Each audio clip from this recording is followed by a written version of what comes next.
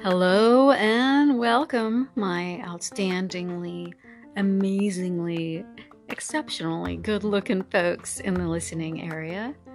This week, we're going to be talking with Alyssa Rice, and she's going to give us one more dish about the upcoming holiday festival this Saturday.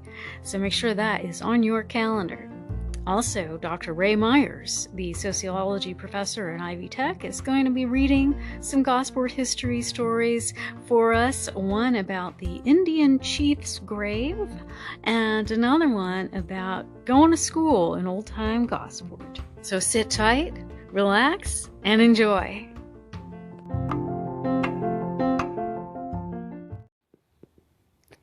Today we're here with Alyssa Rice, and she's going to give us some great dish about the holiday festival.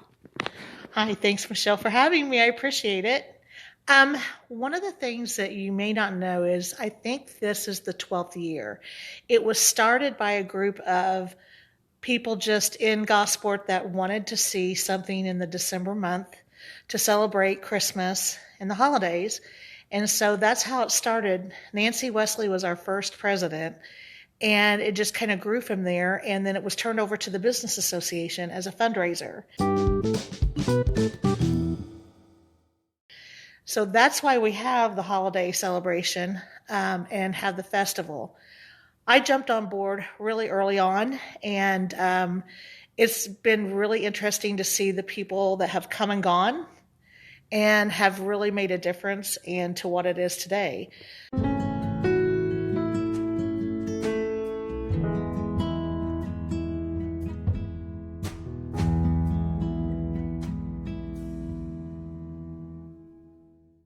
We're having a craft fair this year, and it's going to be a little bit different. It's going to be held at Whitaker Chandler Funeral Home, which people just need to get over that it's just a building. And it's just really kind of them too. So kind of them to do this. GL's wanted to do this for some time, and Ron's kind of in charge. And so there will be a facility for bathrooms in there. It'll be nice and warm. We don't have to worry if there's a snowstorm or a windstorm. But we've got some great handcrafters coming in. Cool. So anything from shirts to crochet to earrings, all kinds of little things that'll be perfect handmade gifts for your special someone. Great. So I'm really excited about the crafters that are coming. Nothing's going to be like made from China or anything like that. Right. I love the fact that each one of them have their own specialty and they each make their own kind of design.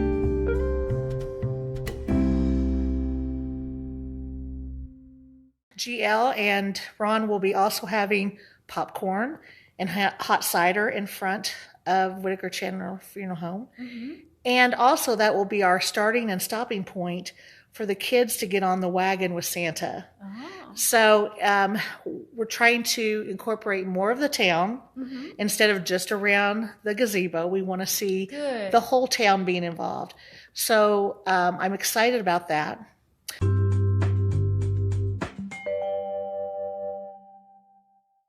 Also, the History Museum will be open. I think that's really great for people that have never been inside. Mm-hmm. We are so fortunate to have something that is such a gift. Yeah, there's something like that in other towns this size. It's incredible. Yeah. The historic nature that's there, the amount of things, items, pictures, slides, information. And it's not, boring old stuff. It's really interesting. No, it's really interesting. Gosport history is so fascinating. It is. And if you want to learn about Gosport history, that's where you need to head because it's got just a plethora of things. And you'll really enjoy looking back at the history of Gosport.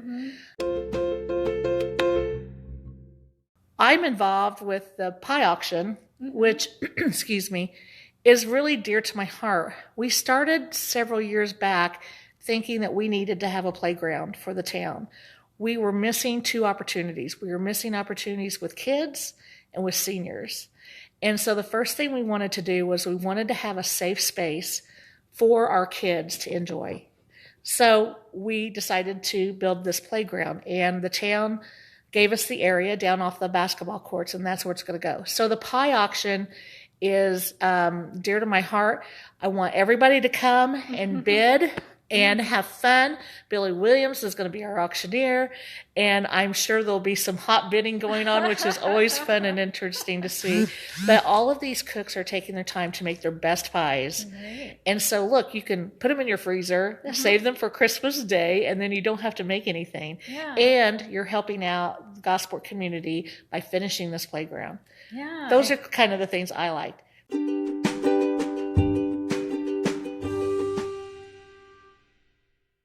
The other thing I really think is important is the cookie walk. Mm-hmm.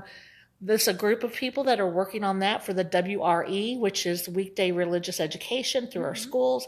And the cookie walk is awesome. You've got all these cooks that make their best cookies. Mm-hmm. And all you do is you get in line and you walk through and you pick out the cookies that you want. It's $5 a pound, which is really, really inexpensive. Mm-hmm. And you've got all your plate of really beautiful Christmas cookies, and you're helping out a good nonprofit as well. Yeah. So those are some of the things that I really enjoy.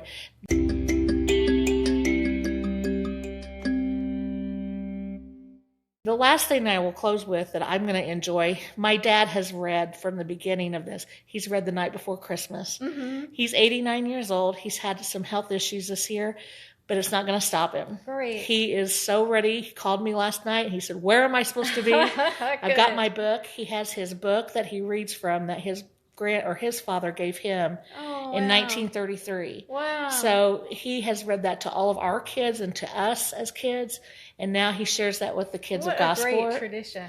And I love that, and that he brings that down, and he will be reading, and I think it will be in Kip and Michelle's building. Okay. As it has been in the last few years. And for people who might not know where that is next door to Nate's Candy Jar and across from the gazebo. Okay. So there will be signage that will direct people in and out. And the Lions Club will put on a little something in there as well. They usually have decorating cookies or they have a treat to give to the kids. But he'll be reading from there. I'm looking forward to seeing him do that again. And what time of day is that? That I'm not sure. I want to say it's going to be about between 1 and 3. Okay. So it's usually that time of the day. So check that out between 1 and 3 when you're downtown. Great. What an awesome lineup. So many activities, so many fun things. And, nothing's going to cost a whole lot. You can just come spend the day, bring kids, bring friends. Right. And enjoy, even if it's bad weather outside, there's things to do inside. Right, and it's supposed to be 43 degrees and sunny. Oh, that's great. So I think we're going to have a great day, and it's so family friendly. Yeah. That's the thing. You can come, and like you said, Michelle, you're not going to spend a lot of money. You can do things where you're going to spend money, like the snowball drop and the cookie walk and the pie auction. But that gives you an opportunity just to come down with your family and just enjoy Gosport for the day. Exactly. Yeah. Well, thank you so much, Alyssa, for coming in and telling us some more details about the festival. It's upcoming this Saturday. Starts about 11. Yes. Goes till about 5:30. And anything else that we need to let people know? There's a Facebook page, facebook.com/Gosport Holiday Festival. Yes, just come and check it out and come and enjoy the day. And if you've never been to Gosport, this is a perfect opportunity to come and check out this hidden gem of a town. Absolutely. We'd love to have you.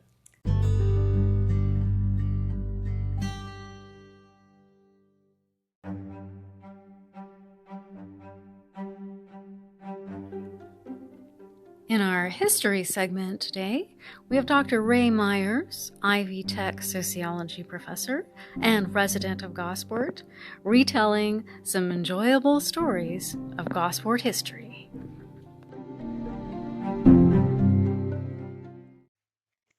We are reading from the Wayne Township section of Charles Blanchard's History of Owen County that he edited in 1884. In 1823 or 24, the Delaware Indians, who were owners of the country about Indianapolis and Noblesville, exchanged their lands in Indiana for new grounds in what was then known as Kansas. And in moving to their new land, their line of march was along the West Fork of White River. The head chief, whose name was Big Fire, took sick on the way, and when they reached our neighborhood, they camped just above the mouth of Indian Creek, a half-mile above where Gosport stands, and right on the riverbank. Here, Big Fire died and was buried with much ceremony on the bluff just north of their camp, near the railroad crossing, and south of the I&V Railroad. The body was carried by 4 elders of the tribe on a bier made of 2 poles interlaced with bark to the grave, where it was painted, dressed in his best blanket and beaded moccasins, and buried along with his ornaments and war weapons. The grave was 3 feet deep, lined with rough boards and bark. Over it was planted an oak post 5 feet high and 8 inches square, tapering to a point and painted red.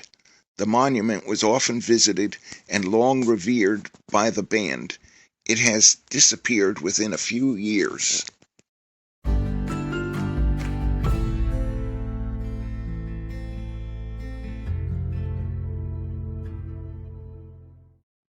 After the death of their chief, the Indians remained 30 days in their camp to mourn. The camp swarmed with men, squaws, and papooses to the number of several hundred, and there was a great deal of sport among them, and as the camp was only a mile from my father's cabin, we often went down to see them run foot races, wrestle, and everything else. On one of our visits to the camp, I was induced to engage in wrestling with them and found to my astonishment that I could throw down their best wrestlers. They challenged me to run a foot race, and I did so, and found I could easily outrun their swiftest Indian in the camp. But they were not satisfied with this, and challenged me to run a race with their champion, a young chief who had remained at Strawtown when they started to move for the purpose of attending to some business, but was to be in the camp in a few days.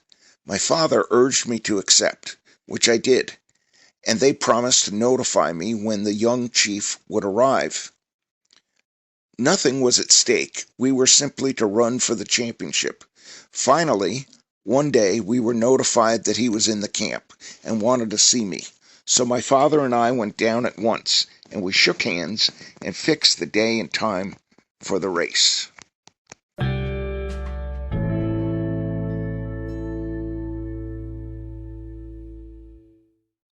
The day came, and the whole camp was astir, and all the whites for miles around who came to witness the contest were on hand. The race paths were in good order, 120 yards long, and were made near the river, terminating just above the mouth of the creek. We started at the upper end of the paths and ran down the river. For the first 50 yards we were parallel, but I saw that I could beat him easily, and at this point I struck out with all the muscle and spring that I had, and in a few minutes I lost sight of him, and turned my head to see what had become of him, and the moment I looked back he stopped. He had fallen at least 10 feet behind. He was done for, and gave it up. I, however, ran on to the end, and jumped over the line. Then the vast crowd raised a shout that was heard at our cabins, and made my mother and sister quite uneasy, lest we had been murdered.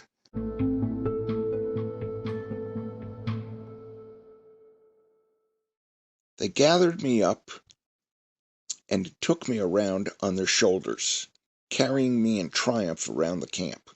We returned home, and about the middle of the afternoon a committee of the honorable men came to notify me that I had been chosen chief of the Delaware natives, under the name of Big Fire, which was the name of the fallen chief, and desired my presence at once at the camp to be adopted into their tribe. I inquired what the ceremony of adoption was, and they informed me that on my arrival at the camp I would be expected to make a public declaration of my determination to become an Indian, and renounce my former relations to the whites. I would then be led down to the water by one of the chiefs and immersed. That in the act of immersion the pale face would be washed off and the Indian put on, and I would then be an Indian, a big brave. They were authorized to make the following grand inducements. First of all, we will make you much rich. Number 2, in our hunting grounds, you may select attractive land just where you please, and make it as large as you wish, and it shall be yours forever. And number 3, you may have heap squaw, but I decline the adoption with all their tempting offers.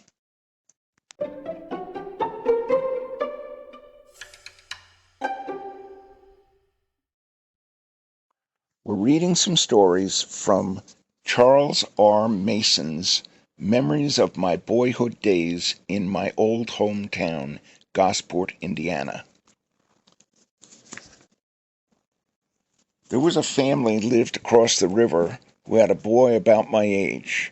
This was in 1890. The boy prided himself on being the tough, who did not let any school teacher boss him. No young girl teacher could control him, so the school trustees expelled him from school over in the township where the family lived, and the next fall his father got him in school here in town. He was in the 7th grade. Our teacher was Molly Moberly, an old maid about 40 years of age. She had been teaching for years. This tough boy did all right for about 2 weeks. Then he started in doing little stunts. The teacher let him go for a couple of days. She had been informed of his past record in schools, which he had attended before coming here. She was prepared for him. Finally, he went too far, and Molly called his name and told him to come up to her desk. He only sneered at her.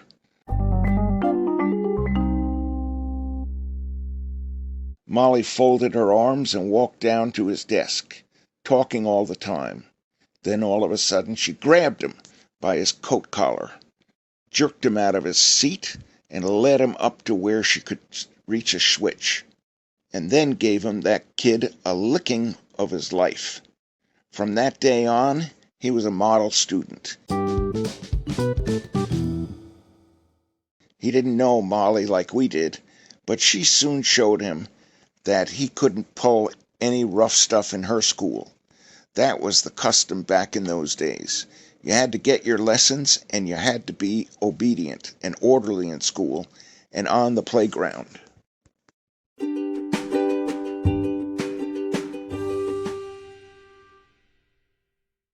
Along in the 80s, Ed Davis was studying law and teaching school in the country north of town. He lived across the river in Monroe County. He rode a horse back and forth to school each day. One day he gave a boy a licking for disobedience, which was a common thing.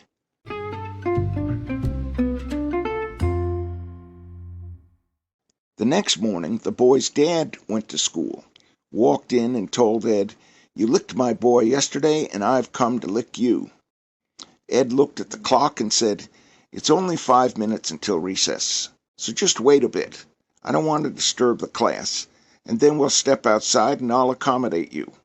When the recess bell rang and all the kids got out, Ed took off his coat and said, "You came here to lick me, so let's go outside. I'm always glad to accommodate a man who wants to lick me." When they got outside, the man took off through the schoolyard, and in a run, it is claimed he didn't stop running until he was safe at home.